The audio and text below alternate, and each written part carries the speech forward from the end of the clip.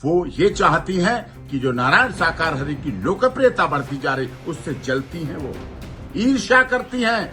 ये बहुत गलत है, दुखद है। उन्हें अपना स्टेटमेंट वापस लेना चाहिए। इससे अराजकता फैलेगी और नारायण साकार हरि के करोड़ों फॉलोअर्स जो देश भर में फैले हैं उनमें दुख व्याप्त है और वो नहीं होना चाहिए। उन्हें समय रहते इस पर प्रायश्चित करके अफसोस व्यक्त करते हुए अपने बयान को वापस लेना चाहिए। नारायण साकार हरि भोले बाबा पर इस तरह टारगेट करना, जाति क्या दलित शोषित समाज को भक्ति करने का बिल्कुल अधिकार उन्होंने छीन लिया है। तो मायावती पर भयंकर फायर हो रहे हैं हाथरस कांड वाले भोले बाबा के वकील एपी सिंह। बाबा के वकील फायर हो रहे हैं मायावती के भोले बाबा पर दिए बयान पर। कह रहे हैं कि भोले बाबा की लोकप्रियता से जलती है मायावती। कहते हैं कि मायावती मांगे माफी। एपी सिंह जो बोले वो मायावती और उनके समर्थकों को नस्तर की तरह चुभ जाएगा। मायावती को ऐसा सुना गया एपी सिंह जैसा शायद किसी ने सपने में भी सोचा ना होगा। क्या बोले एपी सिंह, सुनेंगे तो आपके भी कान से धुआं निकल जाएगा। एपी सिंह का पूरा बयान सुनवाए आपको, उसके पहले ये जान लीजिए कि कैसे मायावती लगातार हाथरस कांड पर सवाल दाग रही है।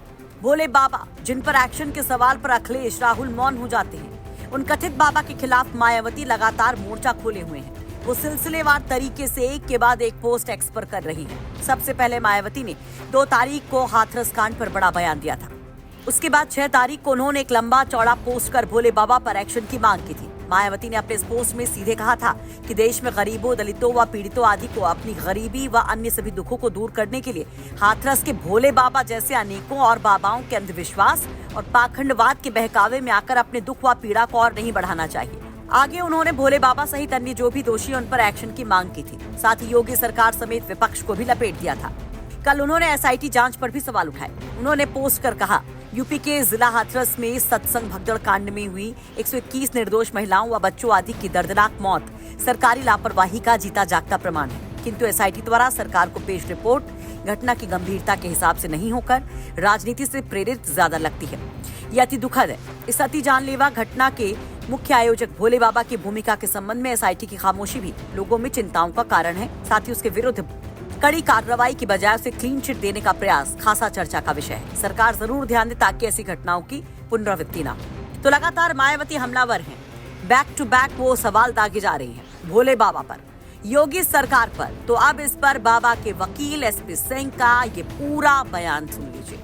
नारायण साकार हरि भोले बाबा के लिए जो वक्तव्य उत्तर प्रदेश की पूर्व मुख्यमंत्री माननीय बहन मायावती जी ने दिया है, काफी दुखद है, मन को दुखित करता है। और वास्तव में ये उनकी धारणा डॉक्टर भीमराव अंबेडकर जी के बनाए हुए संविधान की विश्वास न करने वाली बात है। और साथ में ये दलित, शोषित, वंचित, पीड़ित जो समाज था, गरीब मजदूर परिवार थे, क्या उन्हें आस्था, श्रद्धा और विश्वास के लिए अधिकार नहीं है? क्या अपनी भक्ति भाव नहीं कर सकते हैं? क्या समागम नहीं कर सकते हैं? क्या उन पर इस पर उन्हें आपत्ति है?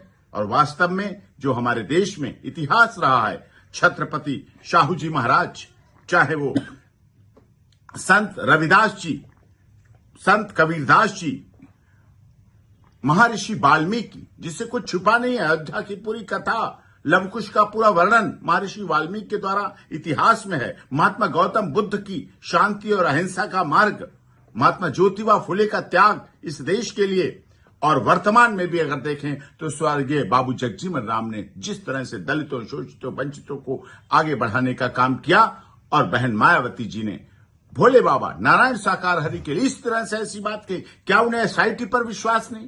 क्या उन्हें उत्तर प्रदेश के आला अधिकारियों पर भरोसा नहीं? क्या उन्हें ऑनरेबल हाईकोर्ट के रिटायर्ड जस्टिस और रिटायर्ड आईएएस आईपीएस के जो कमीशन बनाया गया उस पर भरोसा नहीं? उस पर सवालिया निशान कर रही हैं। नारायण साकार हरि की संलिप्तता को बढ़ाना चाहती हैं, उनको उस घटना से जोड़ना चाहती हैं।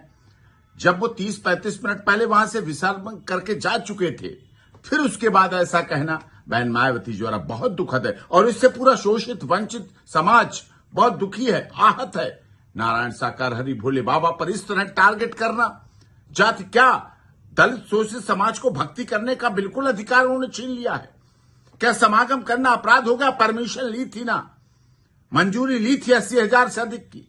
वो ये चाहती हैं कि जो नारायण साकार हरि की लोकप्रियता बढ़ती जा रही उससे जलती हैं, वो ईर्ष्या करती हैं।